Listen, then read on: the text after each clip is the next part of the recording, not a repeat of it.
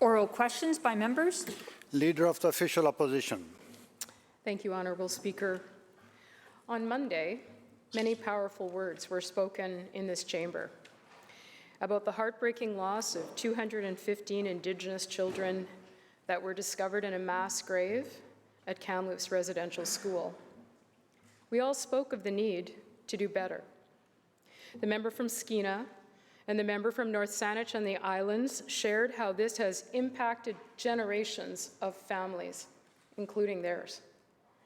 We know that guiding our response to the tragedy must be First Nations, those who survived, those who suffered, and those whom we seek to honor. We can't stand in this House or work behind the scenes in offices and determine the direction forward. We can and must listen and act together. So will the Premier activate the Select Standing Committee on Aboriginal Affairs so that all parties in this House can work together with First Nations to determine the next steps to bringing their children home? Premier. Thank you, Honourable Chair, and I thank the Leader of the Opposition for her question. And I certainly agree that all of us need to work together at the direction of Indigenous communities across British Columbia, and that has been the focus that we've been on, all of us, I believe, over the past number of days. Listening, learning, respecting cultural protocols, ensuring that we take direction and are at the ready to assist when that assistance is called for. I've reached out to Cushby Casimir at the Kamloops First Nations and shared with her the burden that she must feel as a leader in that community. And I know my colleagues from the two communities understand that full well, better than all of us. The enormous pressure on her as a human being, much less as an Indigenous woman leader in this most challenging of times. But I believe, based on my conversations with her, with National Chief Perry Bellegarde, as well as just recently, before I came into the House today, with the Prime Minister, that our government will be focusing on listening, and at some time in the not-too-distant future, the request and the suggestion of the Official Opposition, and I'm certain the third party, to reconstitute the Standing Committee to look at what we can do collectively is an appropriate course of action, but that time has not yet arrived. This is a time for respecting and understanding that Indigenous peoples, whether they be members of this House or not, are dealing with what is an extraordinary period of time. I believe it needs more time so we get a better understanding of what's going to be asked of us so that we can act appropriately. Leader of the Official Opposition, supplemental.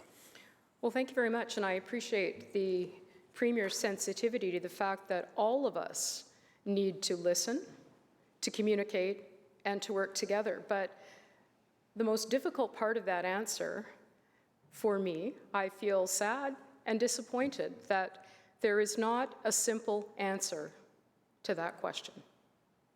There is nothing that precludes this Premier from putting in place a committee that would function, would participate, would listen in a respectful way. And in fact, on Monday, the Premier said, and I will quote, "Whatever steps we can take, whatever resources need to be brought to bear, with the member of Skeena's help and with the help of other members in this House, I am confident that we can bring together a plan that all of us can be proud of," end quote. No one is suggesting that we take the lead. We want to listen, but we want to work with this government. We know the third party wants to work with this government. And if not now, when will we put aside the political differences and translate eloquent words into effective action? The Premier knows that we have members in this chamber who, sadly, have a far too personal connection, but they have the ability and the knowledge to provide a very unique perspective. So again, to the Premier, will he today take this small but important step and signal to First Nations leaders and all British Columbians that he meant what he said about working together? Premier. Thank you, Honourable Speaker, and nothing precludes any of us from reaching out to Indigenous peoples in our constituencies to hear their stories, to bring those stories back to this legislature, to await direction from leadership, whether it be Chief Casimir, whether it be other leaders in communities across British Columbia, I believe it's appropriate that we give a period of time to understand the full complexities of the issues before us. I think that there is a sense of those that I've spoken with at any rate in Indigenous leadership that the appropriate thing to do is to respect the wishes of people who are grieving and following protocols at this time. And there may be a point in the not too distant future where the suggestion from the Leader of the Opposition would be appropriate for us. But I don't believe that time has yet arrived. Opposition House Leader. Thank you, Mr. Speaker. Well, the apprehension by the premiers is a little baffling in that this committee is already out there. It just has not convened, and the Premier could convene it today if he wanted. This is not just about my community of Kamloops, which is of course the focal point, and Kootenay Cashmere that's shouldering such a burden, and the Premier is absolutely correct. I reached out to the Chief today, and she indicated the Premier and the Minister have been in communication. But there's 203 First Nations in the province that are dealing with the fallout from what happened in Kamloops and what was discovered in Kamloops. The committee, the Standing Committee on Aboriginal Affairs, would provide a safe place, a nonpartisan place, for all of those leadership people to be able to reach out and discuss things in a safe way with members of this Legislative Assembly on what they need, their individualized needs are for their community. So again, to the Premier, why is there such apprehension to convene a select standing committee that is already listed as one that meets from time to time? This is the Premier's second term. That committee has met for exactly 0 days so far in those 2 terms. Premier.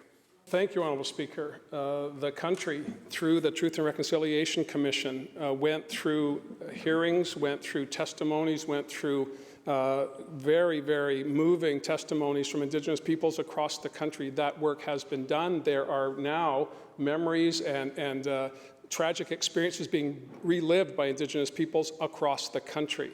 And I believe at this point it's appropriate that governments focus on the work we've already committed to, that being implementing all of the calls to action of the Truth and Reconciliation Commission, and waiting for Indigenous leadership to tell us where they want us to go, not just as a government, but as a legislature. And when that call comes, I can assure the member that I'll be right there with him to strike a committee, if that's the appropriate way, to address issues that have been exhaustively canvassed by a commission that was focused on getting to the bottom of the history, the tragic history of residential schools in this country. And those recommendations are not yet fully implemented. I think that the work now is to ensure that we're following the direction of Indigenous peoples to get to the bottom of these issues on their time frame, not on this legislature's time frame. Opposition House Leader, supplemental. Thank you, Mr. Speaker. Well, this was the Premier on Monday, and I quote, "We have an obligation to release resources where we can, to improve people's lives, and we're committed to doing that. I know that the member opposite will hold us accountable for that. I look forward to that," end quote. The Premier seems to be saying today's not a good day to convene a committee. Doesn't mean we have to meet. It doesn't mean we'd be compelling chiefs and other community members to come and meet with that committee instantly, but it would be in place already to be able to react as situations arise across this province with the fallout of what's been discovered in Kamloops over the last week. Instead, what we're hearing the Premier say is, not today, maybe next week, I don't know, I'll stick my finger in the air and see which way the wind's blowing, and maybe we can convene it sometime in the future. Why is there such hesitation to convene a committee the Premier seems to be willing to talk about, seems to acknowledge probably we'll have to start meeting sometime in the future, but he doesn't want to have it convened sooner rather than later? Premier. I thank the member for his intervention. I'll take it under advisement. Leader of the Third Party. Thank you, Honourable Speaker. There was some hope in the run-up to yesterday's forestry announcement that the Premier and Minister might belatedly wake up to what's happening in our forests and recognize the need to act. That they might finally show the leadership that is so desperately called for in this province. Instead, they peddled the same old misleading figures that have been widely and repeatedly debunked about how much old growth is left and what steps they've taken. They announced nothing to de-escalate the situation at Fairy Creek, no logging deferrals, nothing to support Indigenous communities and forest workers to transition to a sustainable future for this province, as opposed to continuing to liquidate what is left of the old-growth forests in BC. To do what they did yesterday, to release some vague promises for down the line without any concrete actions to protect ancient forests today, essentially guarantees years of conflict in our forests. Years of people trying to protect these ecosystems, years of worsening divisions, and years where communities and workers are kept dependent on a fundamentally unsustainable resource until it runs out. My question is to the Premier. What does he say to the majority of British Columbians who want to see the last of BC's old growth protected, and to the people who voted for him with the belief that he would be true to his word? Minister of Forest, Lands and Natural Resource Operations. Thank you, Mr. Speaker, and I thank the member for the question. And what the member is insinuating is just inaccurate. We are working to protect additional areas on an ongoing basis, and what we announced yesterday will help us to do just that. In fact, we expect to be able to announce additional deferrals this summer. We are doing this work in partnership with First Nations and with respect for how they want to manage their lands. This is critical, and it was the key recommendation of the Old Growth Report. We were able to move really quickly to protect over 200,000 hectares of old growth in September because we did those important discussions, those critical government-to-government discussions with Indigenous nations. And we will continue to do that, and we will continue to add to deferrals with more to come this summer. Leader of Third Party, supplemental. Thank you, Honourable Speaker. We have a responsibility in here to be honest and to completely recognize that we have to maintain the trust of people. And when the Minister and the Premier continually talk about 200,000 hectares being protected, they know that that is not accurate. They know what the scientists have said. They know what the truth is. The Union of BC Indian Chiefs has been very clear about what they need to see. That's immediate logging deferrals, critical funding for conservation financing, and Indigenous-led conservation initiatives. Grand Chief Stuart Phillip said that to have good faith conversations on forestry, we must put away the power saws. Instead, this government is creating more economic dependency on old-growth logging in these communities and refusing to forge a pathway out. Yesterday, the Premier said it will be by 2023 before a new old-growth plan is introduced. So in the meantime, we will continue to lose these irreplaceable forests because of his refusal to stop this liquidation. And this despite the fact that pausing the harvest while they come up with a long-term plan is exactly what the Old Growth Review Panel recommended and exactly what the Premier promised to do. And I expect there'll be an invoking of agreements. And let's just be clear, in their submission to the courts, Teal Jones indicated that they would make somewhere in the neighborhood of $20 million off the tree farm license in Fairy Creek, although others indicate that it might be 10 times that. And in the agreement that this province came to, the revenue sharing agreement, for the first year, $242,000 goes to Pacheedaht. So let's be clear whose interests are being protected here. My question, again, is to the Premier. How much more of the last old growth in this province can we expect to see logged before this new old growth plan comes into place? Minister of Forest. Thank you, Mr. Speaker. And I do take exception that the member's suggestion that we are misrepresenting the facts, because the facts are very accurate. You know, we have deferred and protected 200,000 hectares of old growth throughout the province, and we expect to announce additional deferrals this summer. But what's critical And what the member seems to be forgetting is we all stood in this House. We all stood in this House 2 years ago, and we all unanimously accepted the Declaration on the Rights of Indigenous Peoples. And we all said that we had to abide by that. And that is just what we are doing. We are reaching out to Indigenous nations. We are reaching out to those rights and title holders of whose land the old growth sits on. We are talking to them and talking to them about future deferrals. But we are doing it with respect, with understanding that it is up to the nations, working with the nations, in those government-to-government discussions, that we ensure that we are deferring land that is their land, that is their territory. And we are also bringing in other people. We are having those important discussions with Indigenous nations, but we were also bringing to the table the communities that are affected, the workers that are affected, the companies that are affected, but also the environmentalists who are expressing their concerns. We are bringing them to the table. We are working together. And as I have said, I can assure the member, we will be deferring more old growth, more of those ancient forests this summer. Member for Nechako Lakes. Thank you, Mr. Speaker. And there is a disturbing pattern that we're seeing in British Columbia. The Premier shows up, he makes promises, and then nothing. He talks big, then disappears while thousands of workers and their families are at risk. We saw it with the cruise ship industry as the Premier's flippant attitude led to a new US law allowing them to skirt our ports. And after promising in 2017 he would get a softwood lumber deal done, we're seeing the same pattern. The US Commerce is doubling the tariffs on BC lumber. And where's the Premier? He's absent. Can the Premier tell us what detailed steps he's taken to fight this punitive action?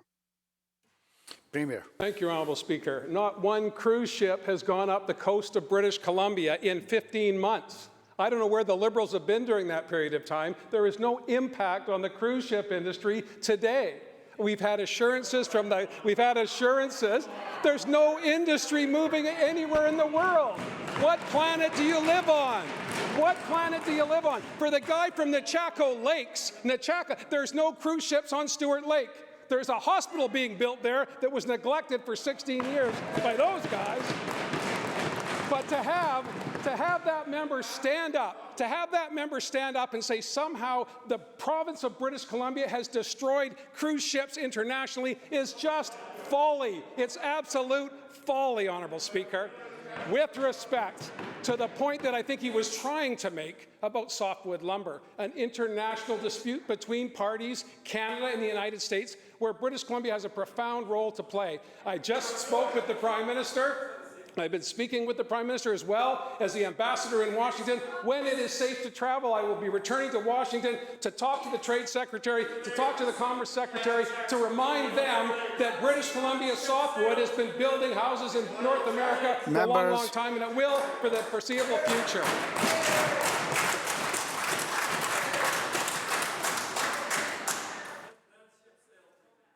Member for Nechako Lakes, supplemental.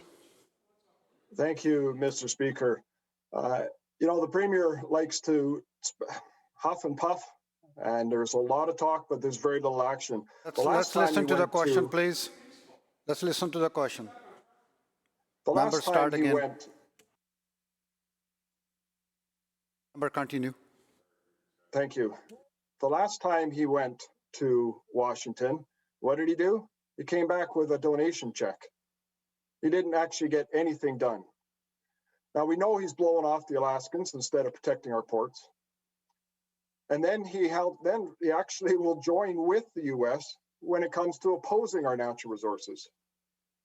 The Premier in New Brunswick led a delegation pre-COVID down to defend the forest sector in the US. And BC didn't take part in that. BC represents 50% of Canadian softwood exports.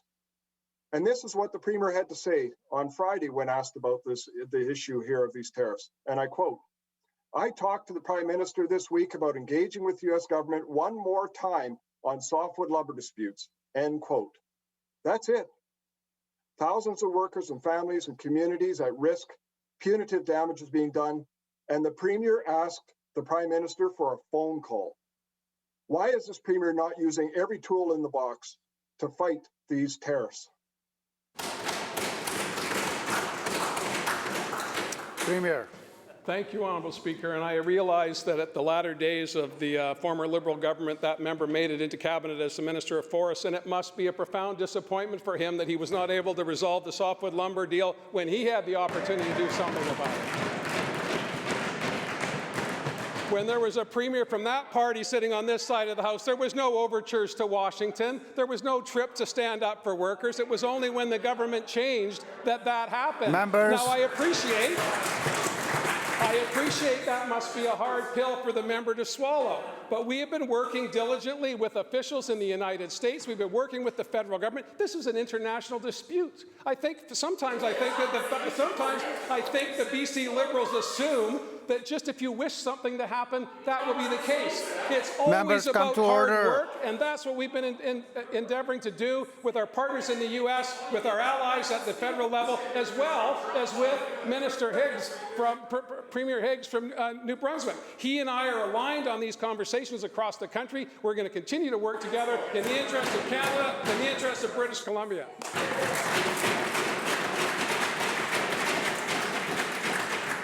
Member for Abbotsford West. Thanks, Honourable Speaker. No, in order to resolve something, Mr. Speaker, you have to make it a priority, and there is absolutely no evidence that this Premier and this government have made softwood lumber a priority, Mr. Speaker. I understand the sensitivity. The Premier has compiled quite a record when it comes to his dealings with the United States on two of the single biggest bilateral issues. He's bumbled and stumbled and failed miserably. We do, whether he wants to admit it or not. There will be cruise ships sailing up the coast of British Columbia past coastal communities.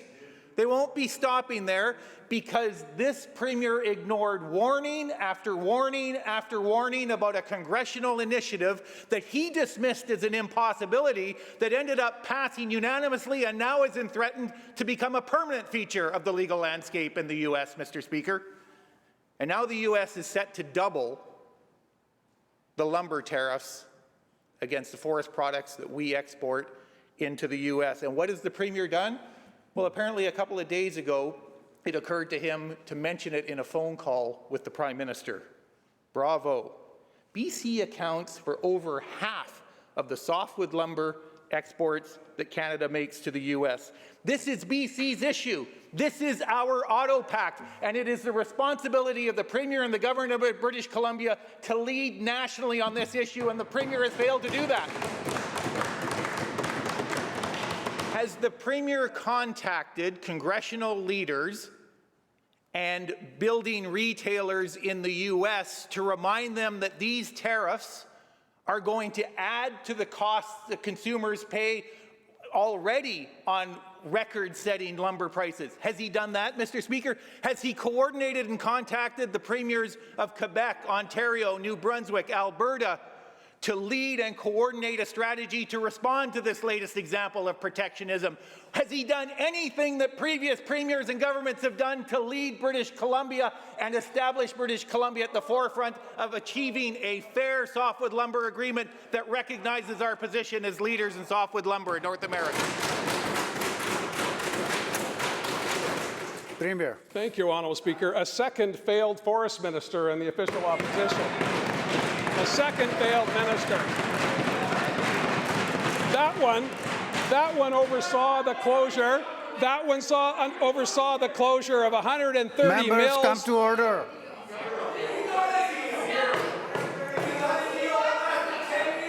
Members, you had the chance to ask question. Now it's the chance to listen to the answer.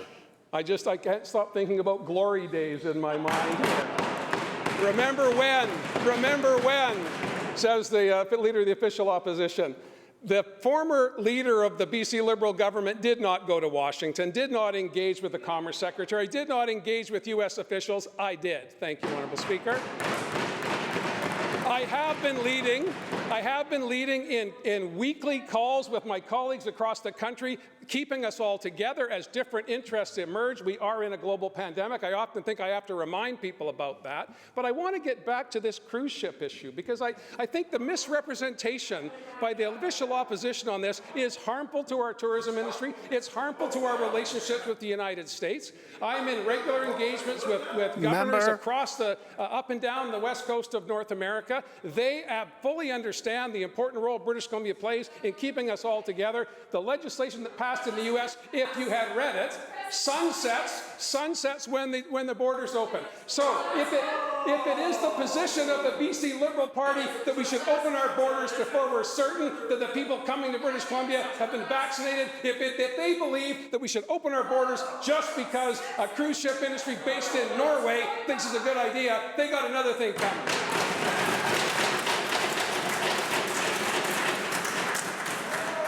Member for Abbotsford West supplemental.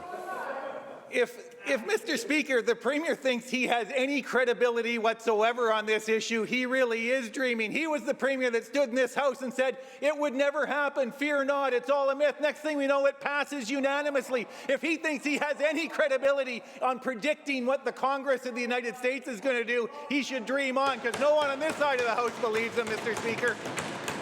It was all going to be so easy 4 years ago. The Premier said he was going to go down to Washington, he was going to cut a deal. And then nothing happened. And his capacity for rewriting history, because, Mr. Speaker, I sat in the West Wing of the White House with the Premier of British Columbia as we negotiated a softwood lumber agreement for British Columbia. I sat with leaders of communities from British Columbia in the centre block of Ottawa when we were pressuring the Prime Minister of the day to get a softwood agreement. Mr. Speaker, these are the things that leaders of British Columbia should be doing on behalf of forest-dependent communities in British Columbia, and he hasn't done anything. In fact, yesterday he released what is supposed to be his definitive statement on forestry, 30 pages, Mr. Speaker. I read all 30. I can't even find a mention of the softwood lumber agreement in that document, Mr. Speaker. Not one mention that British Columbia's leading industry, 30% of our exports, $12 billion in trade, and tens of thousands of jobs in British Columbia is under attack by protectionists in the U.S., and it doesn't even rate a mention in his defining document, Mr. Speaker, based on his track record of neglect and failure, why should the women and men who work in forest-dependent communities have any faith that they won't suffer the same fate as the people that used to work in the cruise ship sector, that they won't be standing just like them on the shore waving as the ship sails without them? Premier. Thank you, Honourable Speaker. Just again to put one more line on the record here. The Norwegian Cruise Lines still consider Victoria and Vancouver to be premier destinations. They will be premier destinations once we open the borders, when it is safe to do so. That's the will of the people of Canada and British Columbia. It may not be the will of the people on that side of the House. And now that we're talking about where the former finance and forest minister used to sit, I'm wondering how many lunchrooms he went into when he closed 130 mills in British Columbia. I wonder how many living rooms, how many kitchen tables of out-of-work forest workers he sat at to talk about the impact of his policies on their jobs and their livelihoods. I'm wondering where the former Minister of Forests was when Mackenzie, represented by that side of the House, lost a pulp mill, lost a sawmill, and sees logs driving right by to Prince George. Where was your commitment to communities then, Honourable Member? I'm delighted, Honourable Speaker, that we've seen the revival of a good opposition member, but sadly, you're singing the wrong song. People want our borders closed till they're safe to open it, and we're working to revitalize forestry in an era of climate change, in an era where pine beetles and forest fire infestations have liquidated massive amounts of our forests. We have a work to do together to fix that, and it's not helped by going back to 2004, the glory days of the former member from this side of the House.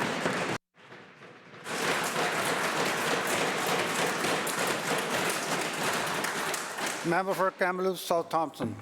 Well, thank you very much, Mr. Speaker. If you want to revitalize the forest sector in British Columbia, you would be heading down to Washington and you would be making sure that you follow through on your commitment to negotiate a softwood deal here for British Columbians. The Premier talks about the will of the public. He talks about the will of forestry workers. What the people of British Columbia want is they want to have jobs well into the future. That starts by making sure that we've got access to the U.S. market.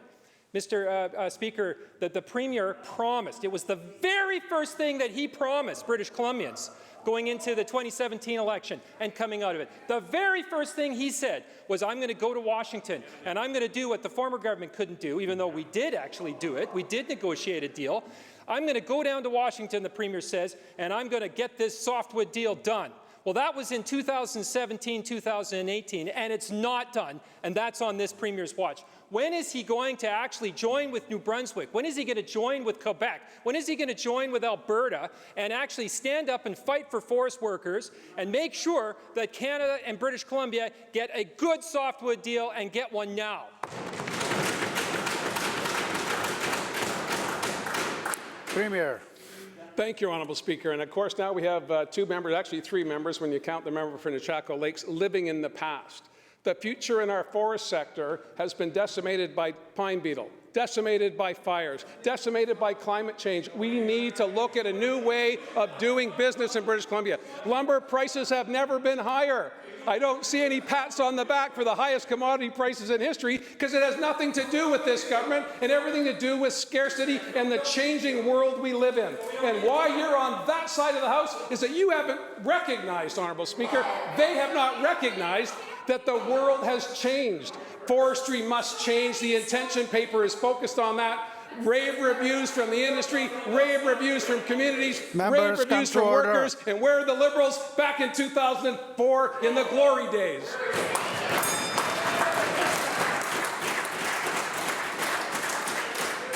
The bell ends the question period.